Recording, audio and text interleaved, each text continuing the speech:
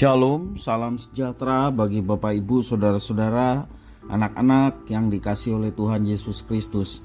Berjumpa kembali bersama saya, Pendeta Eka, di dalam renungan firman Tuhan pada hari ini, hari Senin 25 Juli 2022. Sukacita dan damai sejahtera dari Tuhan Yesus kiranya menyertai hidup kita sekalian, yang tentunya membawa kebahagiaan. Puji nama Tuhan. Sampai pada pembacaan firman Tuhan hari ini, Amsal yang ke-24. Kiranya firman Tuhan yang kita baca dan renungkan sungguh menjadi berkat bagi hidup kita. Baik, sebelum kita akan merenungkan bagian firman Tuhan hari ini, kita akan berdoa. Tuhan Allah Bapa di surga, di dalam nama Tuhan Yesus, kami sungguh bersyukur dan berterima kasih kepada Tuhan yang memelihara hidup kami sampai pada hari ini. Kami mau terus memperdengarkan hati dan pikiran kami dengan kebenaran firman Tuhan. Kau mampukan kami untuk dapat memahaminya. Kau juga menolong kami untuk kami dapat terapkan segenap firman yang boleh kami baca dan renungkan, sehingga nama Tuhan dipermuliakan melalui hidup kami. Terima kasih Bapa, terpujilah namamu. Demi nama Tuhan Yesus kami berdoa. Haleluya. Amin. Saya akan membacakan Amsal 24 ayat 1 sampai 18. Demikian firman Tuhan. Jangan iri hati kepada orang jahat, jangan ingin bergaul dengan mereka. Karena hati mereka memikirkan penindasan dan bibir mereka membicarakan bencana. Dengan hikmat rumah didirikan, dengan kepandaian itu ditegakkan. Dan dengan pengertian kamar-kamar diisi dengan bermacam-macam harta benda yang berharga dan menarik. Orang yang bijak lebih berwibawa daripada orang kuat. Juga orang yang berpengetahuan daripada orang yang tegap kuat. Karena hanya dengan perencanaan engkau dapat berperang, dan kemenangan tergantung pada penasehat yang banyak. Hikmat terlalu tinggi bagi orang bodoh, ia tidak membuka mulutnya di pintu gerbang. Siapa selalu merencanakan kejahatan akan disebut penipu. Memikirkan kebodohan mendatangkan dosa, dan si pencemooh adalah kekejian bagi manusia. Jika engkau tawar hati pada masa kesesakan, kecilah kekuatanmu. Bebaskan mereka yang diangkut untuk dibunuh. Selamatkan orang yang terhuyung-huyung menuju tempat pemancungan.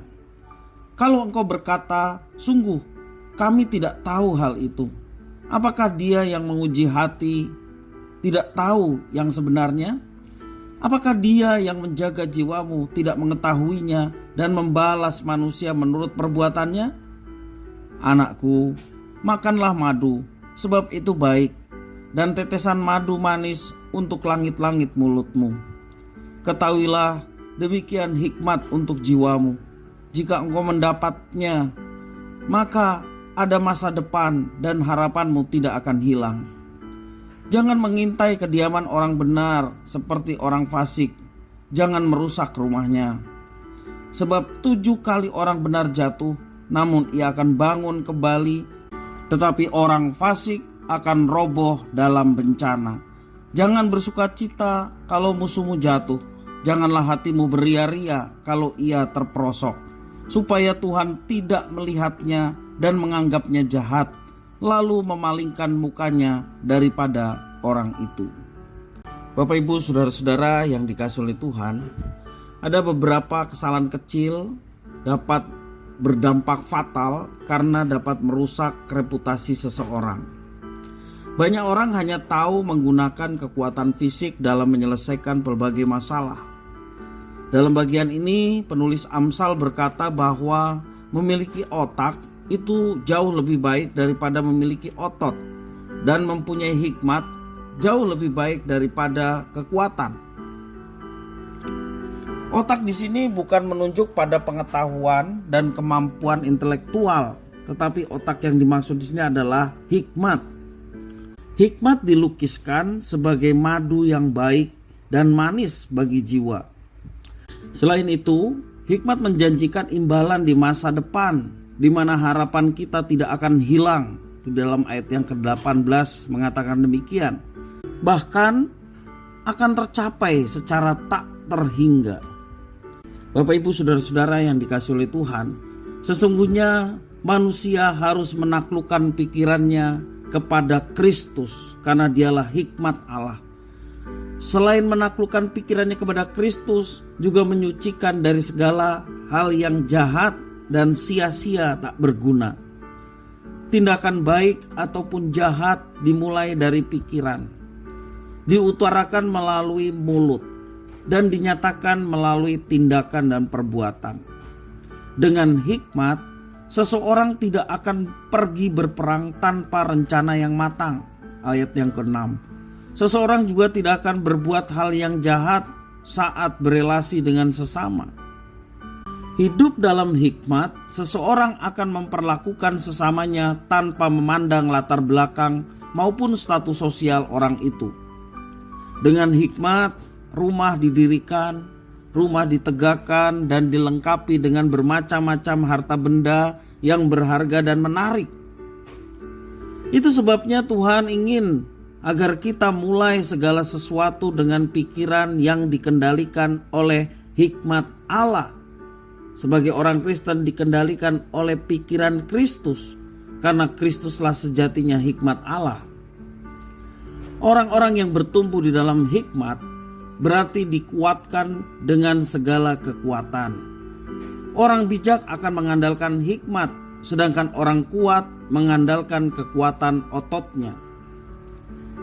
Bapak, Ibu, saudara-saudara yang dikasihi oleh Tuhan, marilah kita mengutamakan hikmat, bukan otot atau kemampuan fisik kita, sehingga kita mengerjakan segala sesuatu selaras dengan hikmat dan pengetahuan Tuhan. Tidak menggigit lebih daripada yang dapat dikunyah, tidak memulai sesuatu yang tidak dapat diselesaikan, dan melihat dulu sebelum melompat. Jika tugas ini dilalaikan, maka Tuhan Allah yang berkuasa, Ia yang menguji hati, Ia akan membalas manusia menurut perbuatannya. Marilah Bapak, Ibu, saudara-saudara, dalam segala sesuatu kita mengutamakan hikmat Tuhan, bukan mengutamakan kepandaian kita, juga kekuatan kita, otot kita, sehingga kita mengerjakan segala sesuatu sungguh-sungguh dikendalikan oleh hikmat dan pengetahuan dari Tuhan. Maka perlunya kita terus dengan setia membaca firman Tuhan. Maka perlunya kita terus bersekutu dengan Tuhan, karena dari situlah kita boleh mendapatkan hikmat yang menuntun kita menjalani kehidupan, yang menuntun kita ketika kita menghadapi sebuah dilema, bahkan keputusan yang harus diambil. Kita dapat diberikan kemampuan untuk menyelesaikannya oleh karena hikmat dari Tuhan, yakni Tuhan Yesus Kristus yang menyertai kehidupan kita sekalian. Kiranya firman Tuhan ini memberkati kita sekalian. Mari kita berdoa. Tuhan Allah Bapa di sorga, terima kasih atas firman-Mu. Mampukan kami untuk dapat melaksanakannya. Jadikanlah diri kami sebagai orang-orang yang berhikmat, sehingga dalam memutuskan sesuatu kami tidak salah melangkah, kami tidak hilang arah, tetapi hikmat dari Tuhan yang senantiasa menolong kami untuk mengambil keputusan dan melangkah dengan satu keyakinan akan penyertaan Tuhan. Terima kasih ya Tuhan. Inilah doa, permohonan, ucapan syukur kami atas firman Tuhan. Demi nama Tuhan Yesus Kristus, kami sudah berdoa dan bersyukur. Haleluya. Amin.